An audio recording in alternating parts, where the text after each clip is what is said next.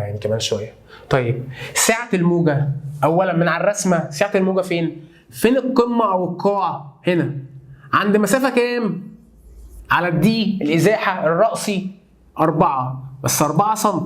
تمام؟ يعني مبدئيا سعه الموجه 4 سم وعايزها بالمتر، يبقى هقول 4 في 10 أس سالب 2 يعني 4 من 100 متر. يبقى الإجابة يا د يا ألف، دي مش معايا ودي مش معايا. طيب التردد، احنا قلنا التردد عبارة عن ايه؟ واحد على التردد وقع، واحد على ايه؟ 125 من ايه؟ من 1000. تمام؟ طيب فأنا هنا لما هاجي أبص على التردد يا إما هلاقيه عندي هنا 8 وهنا 8، فالاثنين ممكن ينفعوا صح. طيب نكمل.